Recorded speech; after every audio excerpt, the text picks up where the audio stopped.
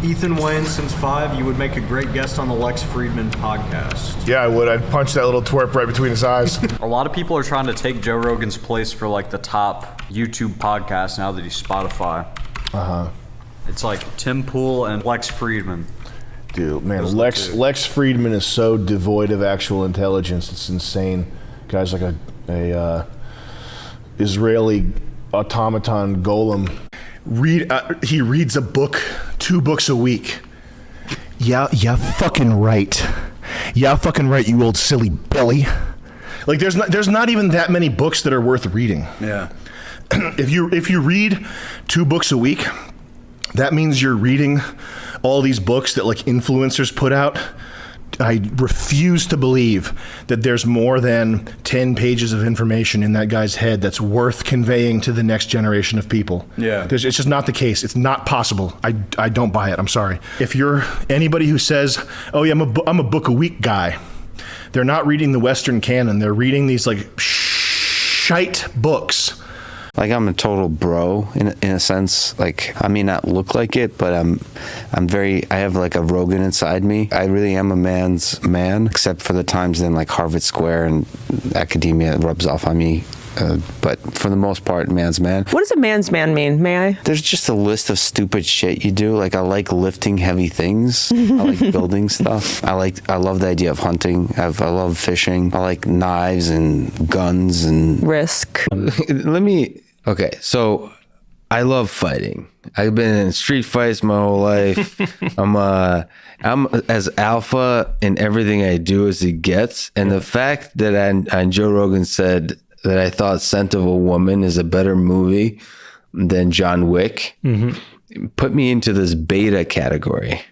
Lex is a researcher and podcaster that has gained quite a bit of popularity in the last few years. I came across Lex through social media clips of him with Joe Rogan, Elon Musk, and a lot of other prominent folks. So even before I knew anything about him, he had an aura of legitimacy solely because he associated with widely successful people. But ever since I saw this guy, something just didn't feel right about him and I couldn't pinpoint it. So when I was digging around on topics for my next video, I finally decided to dive into the Lex Friedman rabbit hole, and there was a lot of questionable things I found about the guy. For example, he portrays himself to be someone more than he actually is. He has deliberately created an image that does not necessarily correspond to reality, and he is simply misleading people. Many of his fans believe that he is or was a professor at MIT or studied at MIT, which isn't true. A lot of his academic accolades are exaggerated or misrepresented. He's also a Tesla shill, and more specifically an Elon Musk shill. He was kicked out of the MIT Age Lab group for his non-peer-reviewed report shilling for Tesla's self-driving capabilities. But I think his biggest crime is that he's boring and cringy. He robotically asks the same handful of naive questions and gets weirdly emotional and defensive about random topics from time to time. Like, he has this shtick where he talks slow in order to make himself seem more articulate. Here's a quote from an actual person from MIT. It states, "I've come across a handful of people in the last few years that figured out how easy it is to become vaguely affiliated with MIT. Then they use the university email and some spin to their affiliation,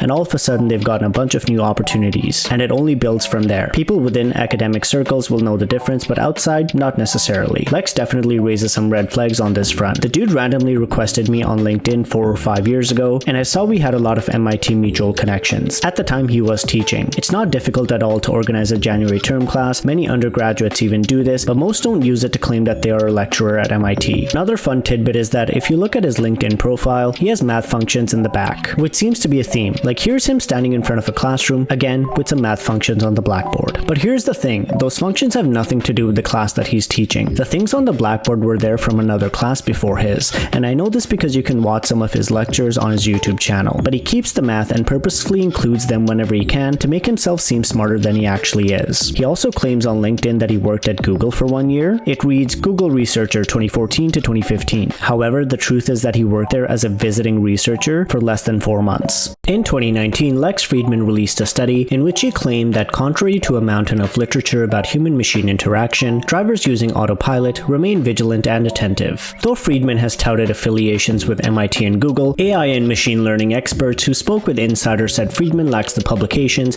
citations, and conference appearances required to be taken seriously in the hyper-competitive world of academia. When AI professionals on Twitter challenged Friedman's research methods for the Tesla study, he blocked them en masse. A former H-Lab staffer recalled Friedman telling him that he wanted to amass a giant amount of followers. Philip Picniewski, a computer vision and AI researcher, said it was clear from the very beginning that he's positioning himself to become one of the celebrities in this space. Academics in AI began to pick apart the study's methodology. They criticized the small sample size and suggested the participants likely performed differently because they knew they were being observed, a phenomenon known as the Hawthorne effect. Missy Cummings, a former MIT professor, has called the report deeply flawed. I personally do not consider Lex a serious researcher, Cummings recently told Insider. Friedman did not respond to several interview requests and requests for comment. He told the historian Dan Carlin during one episode, "Journalists annoy the hell out of me. So I understand from Putin's perspective that journalists can be seen as the enemy of the state." Many of Friedman's peers had another reason to be suspicious of the study. Friedman's admiration for Tesla CEO was well documented. He was an active participant in Tesla fan forums. He'd been photographed with Musk's Boring Company flamethrower, and in a 2018 tweet that's since been deleted, he asked Musk to collaborate on a fully autonomous cross-country drive. Musk had even tweeted about Friedman's Tesla-friendly research in the past. One former MIT colleague of Friedman said many people in their field believed that being closely associated with Musk could be a career boon. Lex was relatively excited to get in touch with Elon Musk and get into his good graces, said the former colleague, who asked to remain anonymous to avoid professional repercussions. It's fair to say that his plan worked because 2 weeks after releasing the study, he got invited to do a podcast with Elon Musk and then later went on to be invited to Joe Rogan. There it is. There's Lex.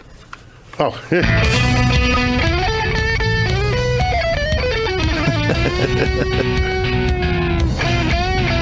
That's pretty good. Have you done Lex's podcast? no. You would love him. Oh, yeah? He's an AI researcher. From MIT originally. Now he's mostly doing independent work and doing his own podcast. And brilliant guy. You would love him. Mm-hmm. And he's got an amazing podcast too. Okay, so here it's going to be in this section. I don't think here. you're interested in Lex's podcast. Seems like he's not paying attention. What do you mean? No, hang on. I got this. Lex, No, thank you for the tip. I'm trying to get him on, buddy. I'm trying to get him in. Lex actually Okay. is one of the most brilliant people I know. I think you would love talking to him. An interesting quote here from Walter Bagehot. A trend that I noticed on Lex's podcast is how much he really talks about Elon. He will bring up Elon at the most random times and ask his guests weird-ass questions about Elon. Guy named Elon Musk. Elon Musk. Elon Musk. Elon Musk. Elon is Elon. Elon Musk. Elon Musk. Elon Musk. Elon Musk. Elon Musk. Elon is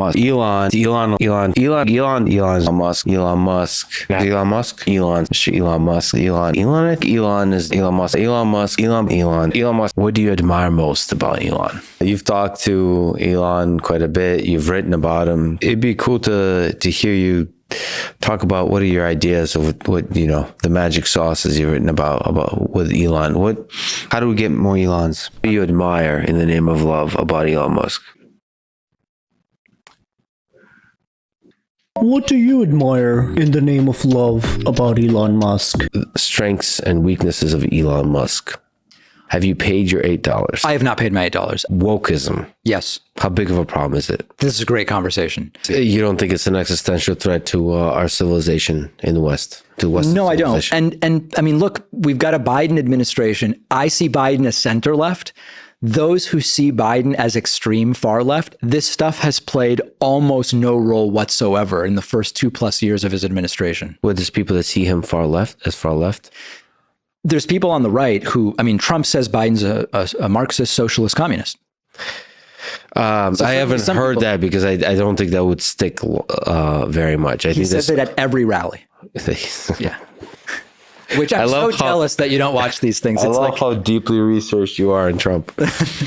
Take trans, because just to talk about it a little bit, the trans issue has become huge, I believe, because the right is obsessed with it. The right is very much not concerned with gay men anymore. It used to be that gay men is like, oh, we have to stop gay men from adopting and unnatural and pedophiles. Now it's trans, it's drag shows, etc. I do think that there is a fair question to say, how do we deal with trans women in a very small, short list of sports? Hey, I'm right there. I think it's a complicated question. I don't know how we deal with it. The problem I have is pretending that the vanguard of left-wing politics right now is trying to force trans women into sports. It's like, it's just not the big issue that the right is reacting as if it were. He hates Anthony Fauci and the damage he did to science's reputation. And RFK Jr. is an interesting, good man. The scientific leaders, Anthony Fauci being one of the representatives, I would say completely dropped the ball. Robert is an activist, lawyer, and author who has challenged some of the world's most powerful corporations, seeking to hold them accountable for the harm they may cause. They spoke with arrogance, they spoke down to people, and the deep expertise that somebody like Anthony Fauci claims to have. I believe Robert's voice should be part of the debate. To call him a conspiracy theorist and arrogantly dismiss everything he says without addressing it diminishes the public's trust in the scientific process. And that you have to blame the leaders. And I think Anthony Fauci was the scientific leader behind the American response to the pandemic, and I think he failed. I recommend that people read and listen to Robert F. Kennedy Jr. They have way more humility than people like Anthony Fauci. So here's what Lex wrote. Every religion teaches love. Let's focus on that. Oh, that's beautiful. When you don't have anything worthy to say, shut the F up. You see these glasses that I wear? These glasses of mine are substantially smarter than Lex Fridman. Now I realize, unlike the rest of us who kind of operate here, he's enlightened. He's at a higher plane. I go after Lex because he represents a parasitized mind. I realize that Lex is a 40-year-old child. What kind of monster? Right here, myself. What kind of monster would pick on a 40-year-old child? Is there somebody in your life close to you that you trust enough to call you out on your bullshit? We're all full of shit sometimes. What's my bullshit? Well, some of it I pointed out today, but I don't know you deeply enough. Though? What was the bullshit? Jewish media, Jewish... That's not bullshit. You said it. You're not going to make me say it 800 more times. I don't know if it resonated because you keep saying like the words. Did it resonate to y'all that y'all ain't do nothing about it? And that all y'all want to do is have somebody apologize and sweep under the rug your bullshit that you've been doing the whole time. Yeah, you on the same bullshit as the other people. So you're doing the same thing that the other, let's say media, because I'm not allowed to say, has done. So until somebody stands up, which is what, man? I'm trying to call you out on your bullshit because I hope I'm somebody you can trust. I don't fucking trust you. A few moments later. But I got to tell you, I have to be honest. This is silly because you don't know me, but it hurt when you say you don't trust me. You kind of lost me. I don't think anyone's ever said that to me. I don't know, man. Fuck that. I just thought you were one of the greatest artists ever. It'd be cool to talk to you. I never had anyone say that to me. Maybe I'm just being a mess about it, I guess. It's fucked up, though. It's a day. Look at this opening. Here we go, guys. Are we rolling? What is that? Shut the fuck up. Are you timing this interview? And you're going to see this guy is like almost obsessed with this false romantic idea of finding love. He's never had a relationship, and then he sees like guys complaining about their girlfriends, right? And he's never had a girlfriend, so he does stuff like, if I had a girlfriend, I would let her annoy me all day. I would cherish her. It contextualizes like how we're doing. He's so full of it. If I look down and I can tell that time has passed way faster than it usually passes, that means I'm having fun. He's horny as fuck. I'm full of self-doubt. I hate everything I do. Every once in a while, not often, during the day, I'll just be like, damn, it's awesome to be alive. Just like breathe in and out. Just realize it, be grateful that... In the chat, they're calling him Lex Machina. Yes! Yes! Guys, said that gets $35. I hope that's not stolen. Lex Machina. Mike is a genius, they're saying. So let me ask you a question. Do you feel like you always saying you're single? Like, what are you doing with that? What is that? What is this rigmarole? Saying Do you that I'm single, actually being want a single. girlfriend? Do you Oh, yeah. actually want to solve this problem? Yeah, 100%. Ooh. Everything in his life is dedicated to getting this girlfriend. He doesn't care if it's human or not. Lex Friedman's getting bullied and he sounds a bit upset. This happened the other day. If you guys remember, Elon Musk did a poll where he said, do you want me to continue as CEO or step down or something? Everyone voted yes. In the melee of all that, Lex Friedman put his hat in the ring and said he'd like to run it. But the funny thing and sad thing, I think Elon kind of subtweeted him and said, the people who want the power least deserve it, sort of thing, basically saying that, Lex is a silent flipping sociopath just ready to explode. But ever since then, people have been trolling him really hard. And again, I think Lex is really, really, really, really corny and really cringe. And I've said it before, I think he's a turbo dork and incredibly, incredibly embarrassing and maybe somewhat on the spectrum considering how old he is and how juvenile he seems to act and how naive he is. I will never give in to cynicism. Love to you all. And another one said, sadly, I've been attacked a lot over the past 2 days. For example, my Wikipedia page has been edited to mostly remove my time at MIT.